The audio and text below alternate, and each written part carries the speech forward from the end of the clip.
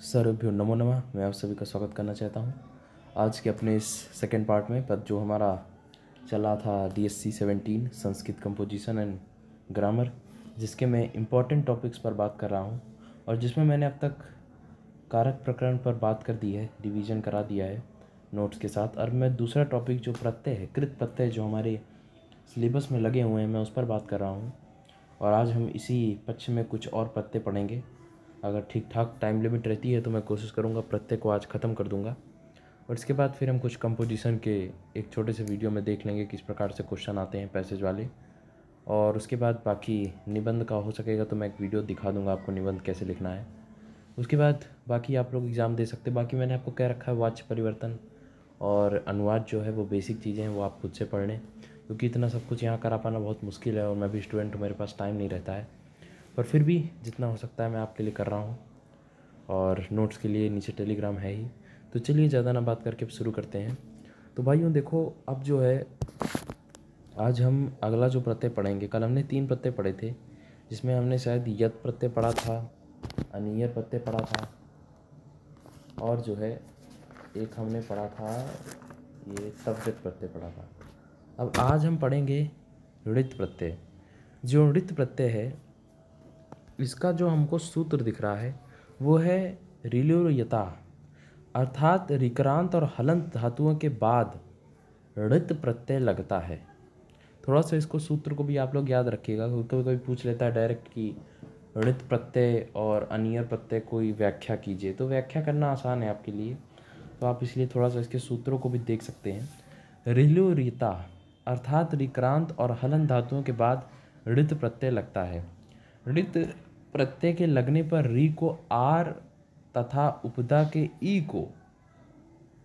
ई और ऊ को री को गुण हो जाता है, अर्थात वही गुण संधि का नियम। और जैसे इसका उदाहरण देखेंगे तो हमें समझ में आएगा।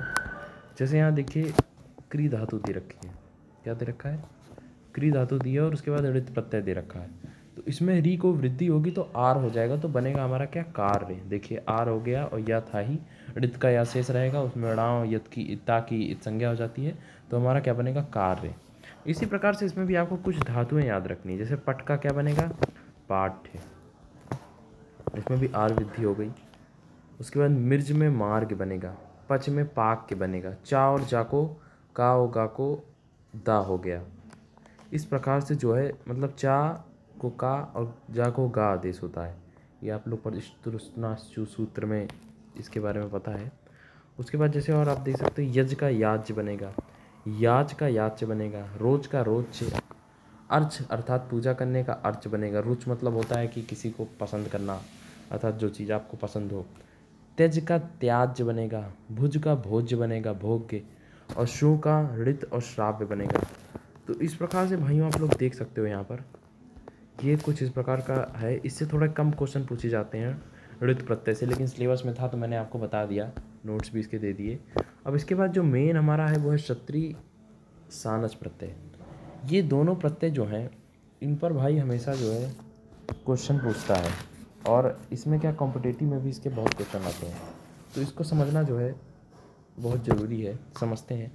वर्तमान काल की क्रिया जो अभी चल रही है वहाँ पर सत्ती और सानच प्रत्यय होता है, अर्थात आप वर्तमान में कुछ कर रहे हो तो उस जगह पर आपको सत्ती और सानच प्रत्यय का प्रयोग करना है।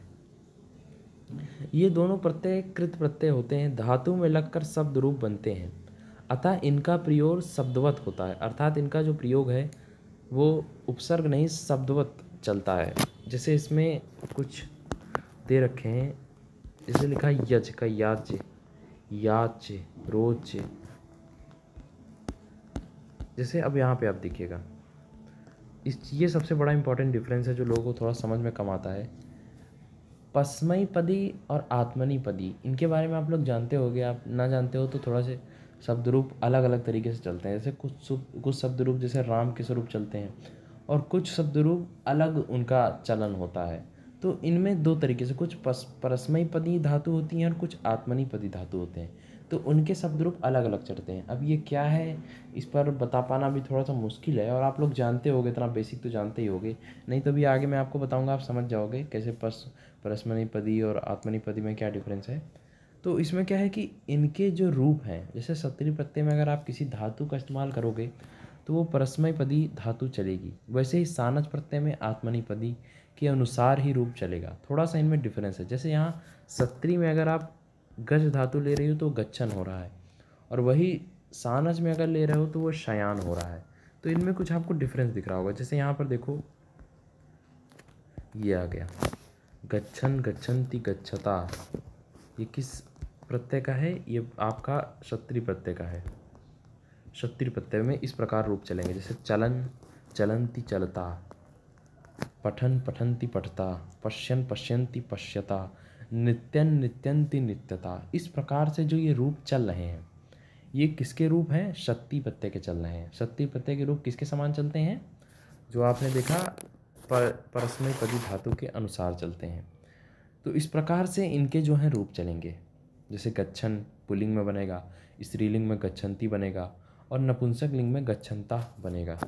अगर हम आगे जाएं तो अब आप देख सकते हो यहाँ पर कुछ धातुएं बहुवचन की दे रखी हैं। गच्छन, गच्छन्तो, गच्छन्ता, पठन, पठन्तु, पठन्ता, लिखन, लिखन्तु, लिखन्ता। इस प्रकार से जो है अगर बहुवचन के रूप होंगे तो चलेगा। अब इसके कुछ उदाहरण देखकर समझते हैं, जो कि हमारे ज़्यादा काम आने वाला है। उदाहरण में अगर हम देखें तो देखिए यहाँ पर दिया है बालक गच्छन पुस्तकम पठति।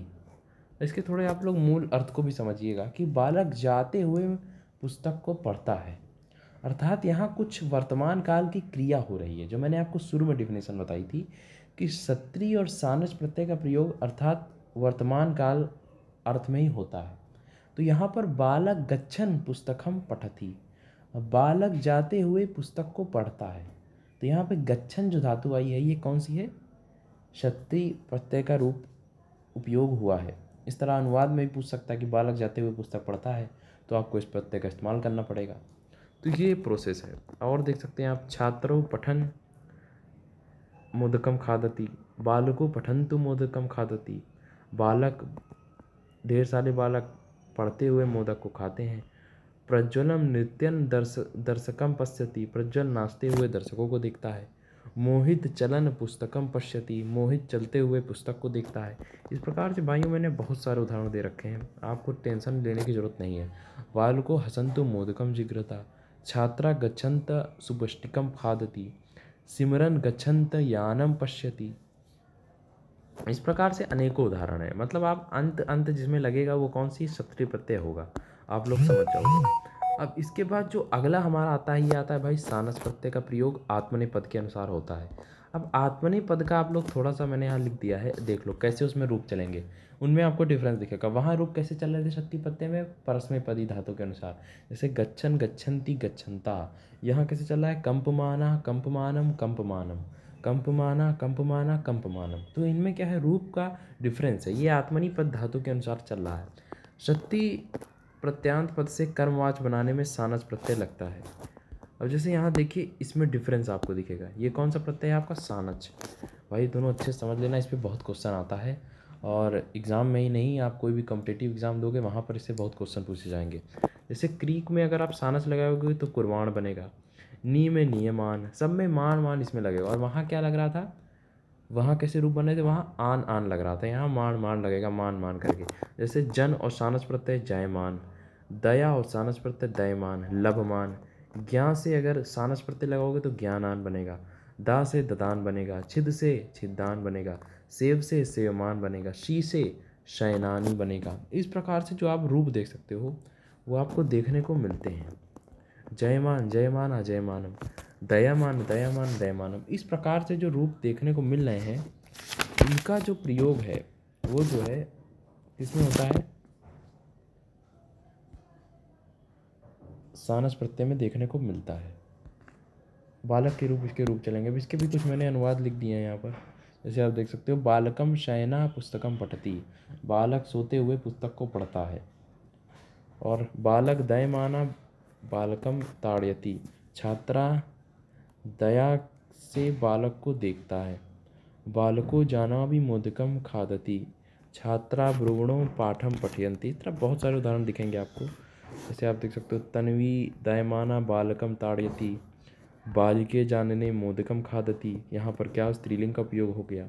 बालका कंपमानय्य, बालिकायाय ददातम ददाती, तो यहाँ पर क्या है, बहुवचन का उपयोग हो गया।